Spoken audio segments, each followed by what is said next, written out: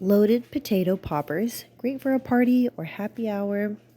We start with 7 small to medium-sized potatoes. I like to use Yukon Gold. I find the texture is best for this.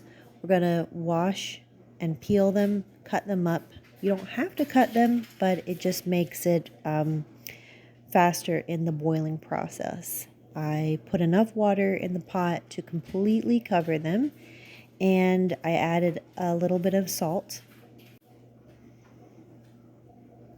And while I'm waiting for this water to come up to the boil, I have half of a pack of bacon in the pan. I recommend if you do eat pork, go ahead and use pork bacon. I don't eat any mammals, so I am using turkey bacon.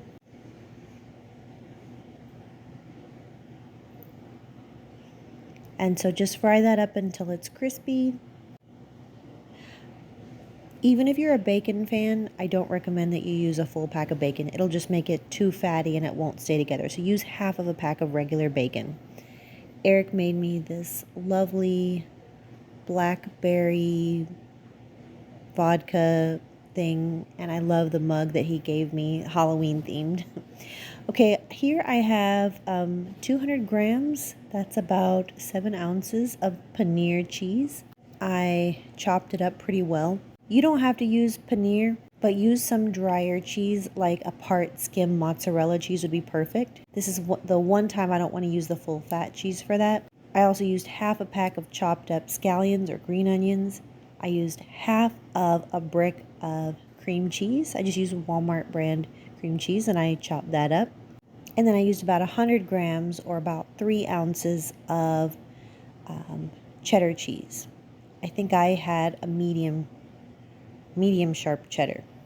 Once my bacon had cooled off, I chopped that up and I added my well-boiled potatoes.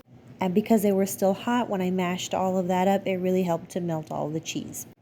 You do want the following things: salt, pepper, garlic powder. I would say that crushed red pepper flakes and onion powder are optional. But trust me, you're really going to like the heat that a little bit of crushed red pepper brings. Yes, you do have green onions or scallions already in there, but onion powder gives a different kind of onion flavor than fresh green onions. So try not to omit it. Try to use all of those. Another thing that would be perfect in here, I didn't even think about it, is a little bit of smoked paprika. I can't give you exact ratios because you're going to have to taste this mixture and see how much salt, how much pepper, how much garlic powder you really like in there. Next, I beat 2 eggs in a bowl, and like half of the amount, so one of the eggs went into the mixture. That's going to help bind our mashed potato balls. At this point, I was 3 sheets to the wind, totally drunk. And so my kitchen did start to get a little messy. Sorry about that. But I did make 3 stations. The first one was half and half flour and cornstarch. So I used about a cup of each and mixed it up in the first bowl. Then I had my egg bowl. And then finally I had my seasoned breadcrumbs bowl. So you're going to form these into balls. You're going to get from this mix about 23 to 25 poppers, and they are going to be soft. You're just going to roll them into balls. You're going to coat them in the half and half flour and cornstarch mix.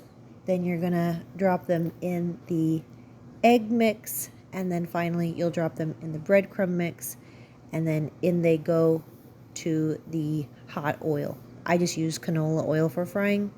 If you wanted to, you could probably spray these with vegetable oil and then put them in the air fryer, but I just fried them.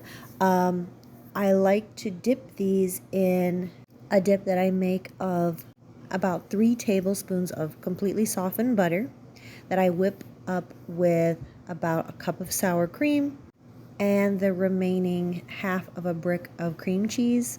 I like to use a whisk to whip all of that up and just get it kind of light and fluffy. Add just a little bit of salt and then top that dip with any remaining green onions. Delicious happy hour snack.